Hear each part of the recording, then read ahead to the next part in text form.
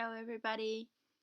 I flipped the screen because I think we're on the downside, but that's not what this video clip is going to be about, and not about the X-ray either. Sorry, because I was like looking into the different theories, like the flat Earth, the crater Earth, and the hollow Earth, and I was just looking like which one is the most right.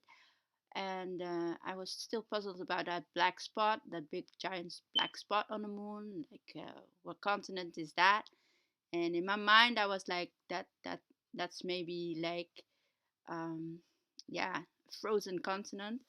And yeah, I was also looking at like Elon Musk and his nuking of Mars, and then that giant explosion of that volcanic eruption happened a couple of days ago, and I was like, "Wow, nuking of Mars.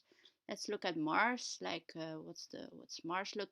What Mars looks like?" And this was the best picture, and yeah, Mars is actually looking like that giant black spot on the moon. So I think that's Mars. So I was comparing the two, and I was like, "Yeah, that's just Mars."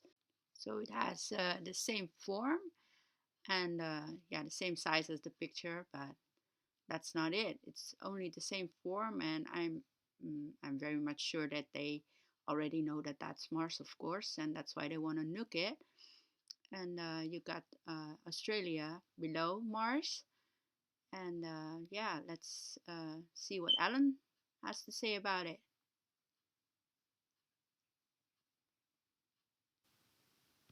You recently said that you wanted to nuke Mars. Yeah, so nuking Mars, I sort of was a little flippant about that. I think it's a really decent idea. Thank you, thank you. So yeah, what I was really getting at, but it's hard to convey that in like 30 seconds, on the Late Show with Stephen Colbert, was that the sun is a nuclear explosion, a fusion explosion. That's what the sun is. It's an ongoing fusion explosion. So if you wanted to add energy to Mars, like warm up Mars, really the source of almost all energy in the universe is fusion. Even fission is originally there was fusion, and then that then later resulted in fission. Like fusion is like when you take say two hydrogen atoms or two hydrogen isotopes technically, and slam them together and form helium. That's fusion, and then fission is like when you've got like a heavy atom that is decaying at a relatively like a noticeable rate, like uranium or plutonium, and decays into smaller atoms. Then that's fission. But what I was really talking about is creating two little suns, two pulsing suns above the north and south pole of Mars that would warm the poles up enough so that the frozen CO2 would gasify and densify the atmosphere. Some of the water would also heat up, and you'd have sort of more water vapor and CO2 in the Martian atmosphere, which in that case is good because the CO2 ends up warming Mars up, and so you get a positive sort of reaction, like it's a positive cycle of warming on Mars.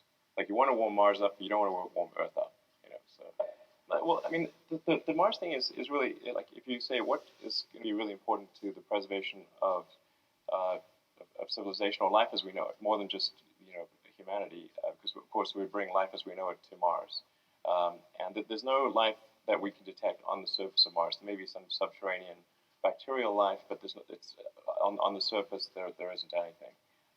So this would be the extension of life to another planet, or life as we know it to another planet, and I think would make a huge difference to the probable lifespan of human civilization and life as we know it. So it's sort of like an insurance policy, a life insurance policy for life collectively, and so it's probable.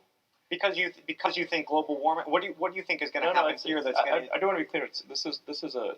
I mean, I think it's important that we become a multi-planet species, not a single planet species, but on another planet. So this is if we. It's like really, it's like, what kind of future do you want to have? Do you want to have a future where we are forever confined to one planet, or one where we are out there exploring the stars and on many planets? And I think the latter one is far more exciting and inspiring, because the former is basically waiting around until some extinction event.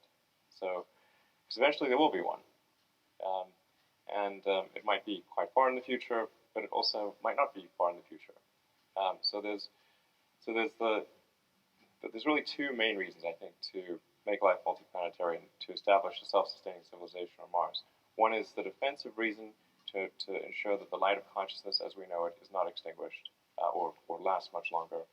And the second is that it would be an amazing adventure that that we could all enjoy vicariously, if not personally.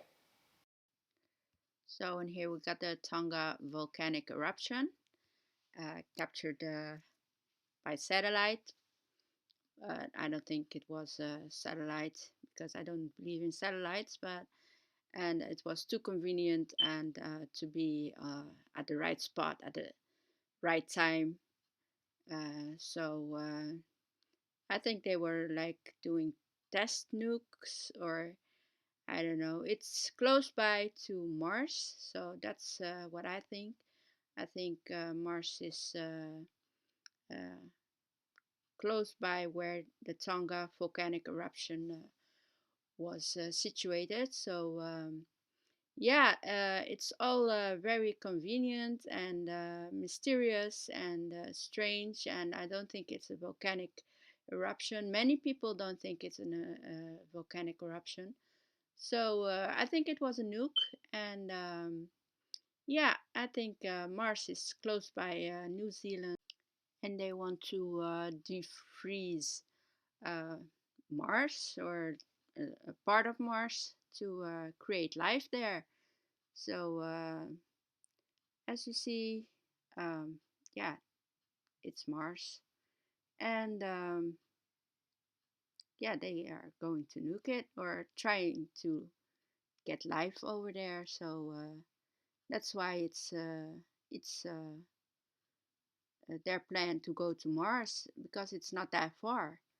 Okay, so this was about Mars, and I don't know what I'm going to do next. Maybe about the X-ray, but there's so much information now and so much stuff happening in the world. So yeah, it could be something else too. So, but thank you for watching, and see you to the next clip. Bye.